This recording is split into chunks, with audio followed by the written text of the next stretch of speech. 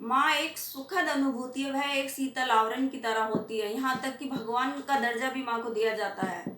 माँ अपने बच्चे के लिए सारी दुनिया से लड़ जाती है। तो ऐसा क्या हुआ कि एक माँ ने अपने ही बच्चे को उसके गले में पड़े ताबीज से गला घोटकर मार डाला और कई जगह उसके सर और चेहरे को दांतों से काट डाला।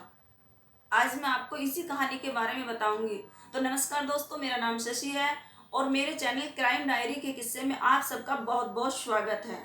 चलते हैं दोस्तों कहानी की तरफ। तो ये कहानी है उत्तर प्रदेश के कानपुर जिले की। इस जिले के अंतर्गत एक थाना पड़ता है नरवल थाना, और इस नरवल थाने के अंतर्गत एक गांव पड़ता है प्रतापपुर। और इस प्रतापपुर में एक सुशील नाम का व्यक्ति रहा करता था। नरवल के रहने वाले सुशील की शादी फतेहपुर खागा की रहने वाली मनीषा यादव के साथ 21 फरवरी 2019 को हुई थी। शादी के एक साल बाद मनीषा को एक बेटी पैदा होती है और एक साल बाद उसको एक बेटा पैदा होता है अनिरुद्ध। अनिरुद्ध के बाद एक फिर बेटा पैदा होता है अनुराग। सुशील के घर के सामने एक परचून की दुकान थी जहां विकास नाम का व्यक्ति सामान लेने के लिए आया करता था। विकास और सुशील के घर की दूरी मात्र 100 मीटर थी। वही उसी दुकान पर मनीषा और विकास की पहली मुलाकात हुई थी। दोनों की मुलाकात प्यार और दोस्ती में बदल जाती है और यह दोस्ती 2022 में शुरू हुई थी। विकास दुकान पर आ जाया करता और मनीषा का इंतजार किया करता। वहां दूसरी तरफ मनीषा भी घर का काम कर कर जल्दी छज्जे पर आकर बैठ जाया करती और दोनों की बातें इशारों में हुआ करती थी। कम समय में ही दोनों काफी करीब आ गए थे।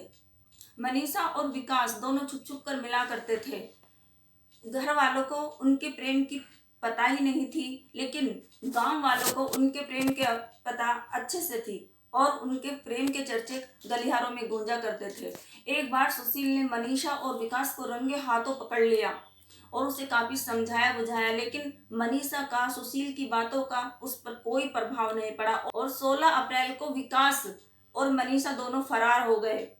इसके बाद विकास मोबाइल में नए इंस्टाग्राम आईडी बनाई और मनीषा के साथ गले में हाथ डालकर सुशील को फोटो सेंड किया। सुशील ने इसकी रिपोर्ट पुलिस वालों को दी और केस दर्ज कराया। दोनों को 22 अप्रैल को पकड़ लिया गया और थाने में लाया गया, जिस पर मनीषा ने सुशील के साथ रहने से इनकार कर दिया और वो कहने लगी कि उसको विकास के साथ ही रहना है। हालांकि समझौता हुआ और काफी समझाने के बाद उसके ससुर ने उसे काफी समझाया कि बेटा तेरा एक छोटा बच्चा है, तुझे उसके लिए घर चलना चाहिए। काफी समझाने बुझाने के बाद मनीषा सुशील के साथ रहने के लिए तैयार हो गई और घर आकर सुशील ने मनीषा को काफी फटकार लगाई और कहा, अगर तुझे भागना ही था तो मेरे बेटे को साथ लेकर क्यों भागी। इस पर मनीषा को गुस्सा आ गया और उसने ठान लिया कि वह अपने बच्चे को अपने प्यार के आड़े नहीं आने देगी। रविवार के दिन शाम को उसने अपने बेटे अनिरुद्ध के गले में पड़े ताबीज से उसका गला घोट डाला और उसको कई जगह से दांतों से चबा डाला। फिर उसने बच्चे को एक कपड़े में लपेटकर अपने दादा के साथ छत पे लेटा आई और उनसे बोला कि पिताजी मुझे खाना बनाना है और मैं खाना बनाने के लिए नीचे जा रही हूँ। देर बाद दादा फूल सिंह ने अपने पोते अनिरुद्ध को आवाज लगाई, लेकिन उन्हें लगा कि उसमें कुछ हलचल नहीं हो रही है, तो उन्होंने उसका चेहरा उघाड़ कर देखा और जैसे उन्होंने उसका चेहरा देखा, उसका चेहरा खून से लथपथ था। उन्होंने सभी घर वालों को आवाज लगाई और घर में चीख पुकार मच गई। इसके बाद मनीषा को पकड़कर पुलिस के हवाले कर दिया। नरवल थाने की पुलिस ने बच्चे के शव को कब्जे में लिया और उसे पोस्टमार्टम के लिए भिजवा दिया। पहले तो मनीषा टालमटोल करती रही और उसने कहा कि उसने ये सब नहीं किया है, वो इसकी जिम्मेवार नहीं है। लेकिन जब पुलिस ने सख्ती से मनीषा से पूछताछ की तो है अपना जुर्म कबूल कर लेती है। उधर डॉक्टरों ने पुष्टि की कि बच्चे का दम घुटने से ही उसकी मौत हुई है।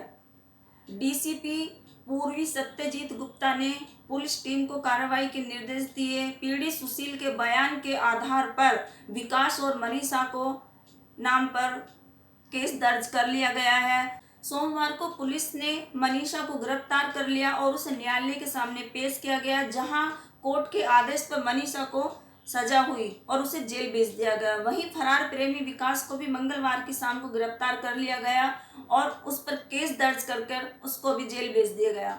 अगर दोस्तों आपको हमारी ये वीडियो पसंद आई हो तो वीडियो को लाइक करें, चैनल को सब्सक्राइब करें। मिलते हैं फिर नए टॉपिक पे नई कहानी के साथ। जय हिंद, जय भारत।